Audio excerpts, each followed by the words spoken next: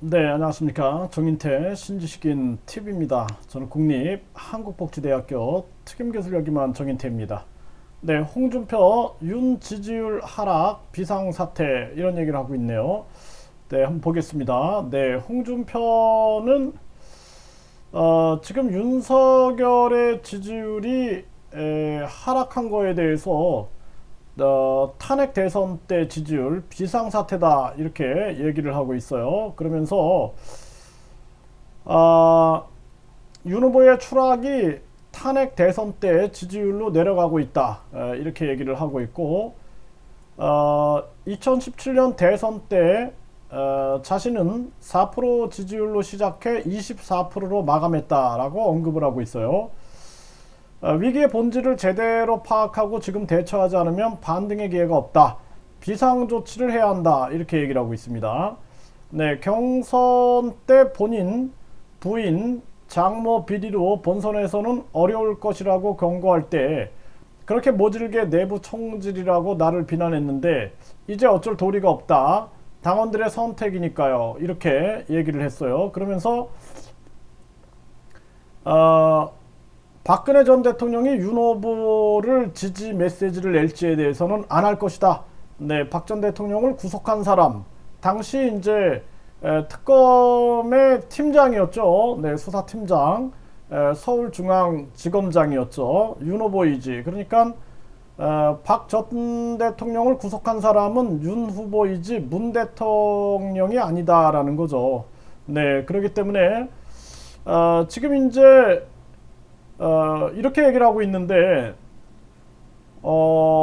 지금 윤석열 후보가 지지율이 추락한 것은 저는 그렇게 진단을 하고 있습니다. 일단은 문재인 대통령의 정치적 계산이 승리한 게 아니냐. 네, 그래서 당연히 박근혜 직접 수사한 윤석열, 그쵸? 그 당시에 직접 수사를 했단 말이죠. 그래서 검사 시절에 국정농단 특별검사팀, 네, 국정농단 특별검사팀 수사팀장, 수사 전반을 총괄하고 박근혜 씨를 구속시켰다 이렇게 기사가 나오고 있어요.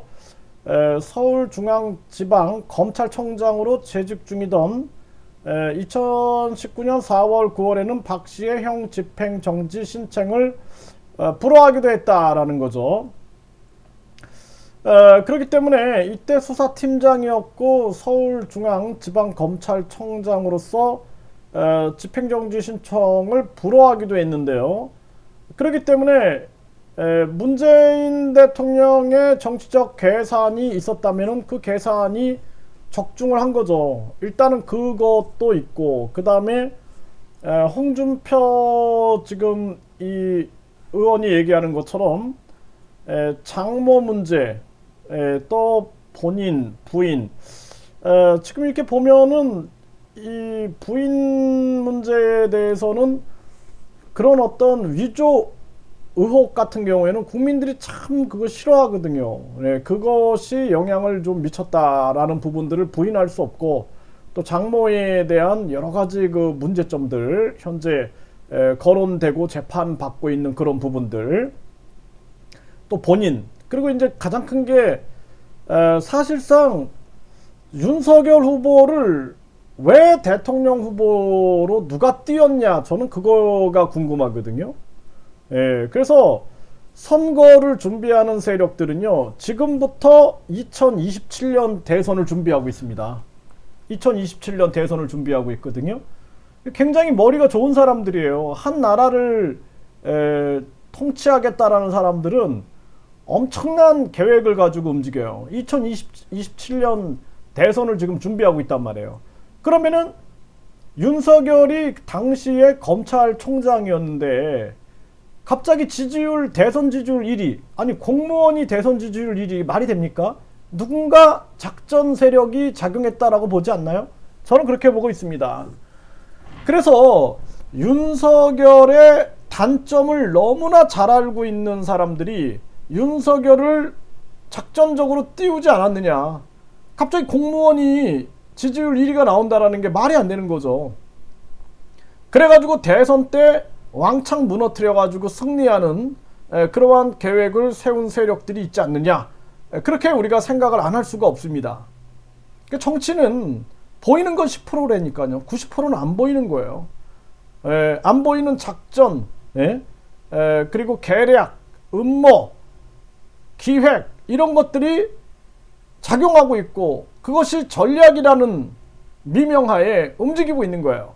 그렇기 때문에 그런 문제들, 그러니까 박근혜 수사팀장, 박근혜 구속의 수사팀장으로 역할했던 윤석열, 이 카드가 먹혀든 부분들, 그리고 우파의 분열이 일어날 수밖에 없죠. 네, 그리고 그들이 머리가 좋잖아요. 그러니까 우파의 분열도 꾀하고 또 계속해서 문제점이 많아. 가족의 문제점, 본인의 지금 비리 의혹 문제 이런 것들이 줄줄이 터져나가요. 거기다가 뭐 가난한 사람들은 민주주의를 알 수 없다 뭐 이런 식의 그 발언을 한 것이 또 문제가 돼요. 계속 발언의 문제가 계속 터져요. 그 준비가 안 됐다라는 거예요. 그래서 윤석열 후보로는 절대로 대통령 정권 교체를 불가능하다. 가능할 수 있는 길이 없어요. 네, 지금 현재 상황이 그렇습니다. 그러니까 지금 이 홍준표는 비상사태다. 본인 부인 장모 비리로 본선에서 어려울 거다. 그것도 있지만 박근혜 카드가 터졌죠. 거기에다가 홍준표가 지지하지 않는 모습, 이것도 문제가 되는 거예요. 지금 민주당은 다 원팀을 구성했어요. 민주당은 원팀을 구성했는데 지금 최재형, 원희룡 등 7인은 윤 지지 선언을 했는데 홍준표, 유승민은 불참했어요. 그러니까 당시에 유승민도 출마했던 사람이에요. 2017년 대선에 유승민도 출마했죠. 유승민, 안철수, 그리고 홍준표 출마했단 말이에요. 그러니까 유승민 세력도 만만치가 않은 세력이고 홍준표 세력도 만만치 않은 세력이고 이준석 세력도 만만치 않고 김종인 세력도 만만치 않고 각자 정치를 하고 있는 거예요 지금. 그러니까 결국에는 홍준표도 대선에 출마했던, 유승민도 대선에 출마했던 이런 세력이 지지를 안 하고 있는 것도 문제입니다. 그쵸? 그 다음에 이준석하고의 갈등. 이준석도 윤핵관을 질기게 물어뜯으면서 협조하지 않고 있죠. 김종인은 내각제 민주통합정부를 외치고 있어요. 그러니까 윤과 거리든 의원 내각제 개헌 띄운 김종인. 아니 이런 선대위원장은 내가 처음 보거든요. 아니 선대위원장이 개헌을 띄우고 있어. 이게 자기 정치하고 있다라는 거예요. 홍준표는 내각제 총리 목표인 사람. 이렇게 분명하게 홍준표가 지적을 하죠. 그리고 김종인 집권시 민주통합정부를 꾸려서 협치 내각을 하겠다. 아니 이 사람이 집권을 하는 건가요? 김종인이 집권을 하는 겁니까? 그 윤석열은 이 지지율이 떨어질 수밖에 없는 거예요. 앞으로 뭐 김종인 위원장이 뭐 메시지를 다 관리하겠다. 뭐 연설문이나 더 떨어집니다. 이제 지지율은. 또 안철수 단일화 생각 안 해. 새시대 맏형 될 것. 자, 안철수를 띄우는 거예요. 아, 윤석열로는 안 돼. 현실 인지 능력이 발달된 그러한 자유우파 세력에서는 이제 보수우파 세력에서는 윤석열로 안 된다라는 게 이제 답이 나온 거예요. 아, 이제 안 돼. 문재인 카드가 적중했어. 그래서 박근혜 석방 카드가 적중했고 한명숙 그리고 이석기까지 나온 정황에서 이제는 이거 불가해라는 부분을 정확하게 읽고 있는 거예요. 그러다 보니까 안철수를 띄워갖고 안철수 쪽으로 후보 교체 그림을 그리고 있는 상황이다. 지금 이런 그림으로 가고 있는 거예요. 근데 안철수가 이재명을 이길 수가 없어요. 네, 이길 수가 없습니다. 이게 지금 자유우파 세력의 한계다라는 거예요. 지금 민주당 보세요.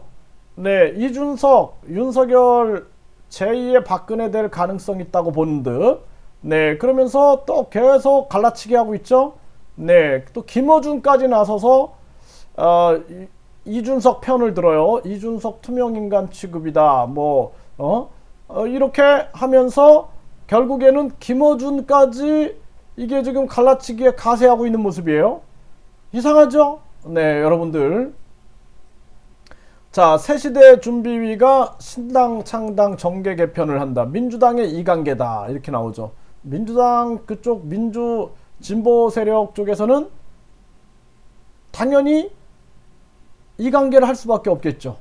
네, 이관계가 먹혀들고 있으니까. 네, 윤석열의 입장 정리 요구한 이준석. 네, 이런 기사가 나옵니다. 네, 길어지는 국민의힘 내용. 이제 윤석열 카드는 어렵다. 네, 그리고 직접 수사한 윤석열 늦었지만 환영한다. 네, 이 박근혜 측에서는 홍문종은 윤석열 박근혜 복당시켜야 이렇게 얘기를 하고 있어요. 복당 가능할까요? 여러분들 생각해 보세요. 네, 그래서 복당이 또 분열의 원인으로 작용할 것이다. 그래서 지금 윤 후보가 국정농단 특검팀 팀장으로 서울중앙지검장으로 박근혜 전 대통령 수사를 하고 재판에 넘긴 당사자다. 네? 그리고 지금 친박계에서는 박 대통령을 지금 이렇게 얘기를 하고 있는 거죠. 네. 복당은 물론이고 아예 박근혜 정부 정책 일부를 계승하겠다고 약속해라. 이런 주장까지 들고 나오는 겁니다. 이제 앞으로 또 박근혜 복당 문제를 가지고 분열이 될 것이다. 또 조원진 쪽도 역할을 하겠죠. 그러니까 2017년 대선하고 아주 유사한 거예요. 예? 문재인 41점 몇 프로로 당선되죠. 그 다음에 홍준표, 유승민, 안철수, 조원진이 동시에 출마합니다. 지금도 또 비슷한 그림이 또 그려지고 있고, 민주당 그쪽 측에서는 그 그림을 그리는 게 좋겠죠. 네, 그러니까 그쪽 그림으로 갈 수밖에 없는 겁니다. 이런 정황에서 결국에는 윤석열로 당선되는 것은 어렵다. 그럼 대안이 홍준표냐? 홍준표는 경선에 참여했기 때문에 못해요. 그러면은 홍준표가 됐다고 해서 이재명을 이길 것이냐? 그것도 불가합니다. 그러면은 어떻게 될까요? 그러면은 결국에는 안철수도 힘들고, 그리고 단일화 경선에서 안철수하고 윤석열하고 단일화를 한다 할지라도 이긴다는 보장이 없어요. 이긴다는 보장이 없습니다. 허경영 카드를 내밀 수도 있겠죠. 이준석이 허경영 카드를 내밀 수도 있어요. 그 표라도 보태자라는 합리적 주장이 나오겠죠. 그런데 허경영 후보에 대한 이미지, 허경영 후보가 지금 많은 국민들에게 사이비 교주다, 사기꾼이다, 이런 이미지가 굉장히 심해요. 그러니까 그 이미지가 엄청난 악재로 공격이 되고 있는 겁니다. 그러면 허경영 후보는 그 이미지를 깨버리는 게 가장 중요한 거예요. 그 이미지를 깨고, 그리고 제3지대를 융합하면서 그쪽에서 힘을 모아가지고 철저한 정치인 허경영의 모습을 보여준다면 가능성이 있을 수 있다. 그것이 허경영 후보가 대통령 후보로서 살 길이고, 그리고 마지막 구원투수가 이준석이 될 것이다. 저는 그렇게 분석을 합니다. 단, 허경영 후보가 그동안 쌓여있는 사이비 교주라든지 또는 사기꾼이라든지 이런 이미지를 분식시킬 수 있느냐. 그 분식시키는데 총력을 기울여서 거기에 성공한다면 허경영 후보 측도 기회를, 골든타임을 잡을 수 있다. 그렇게 볼 수 있습니다.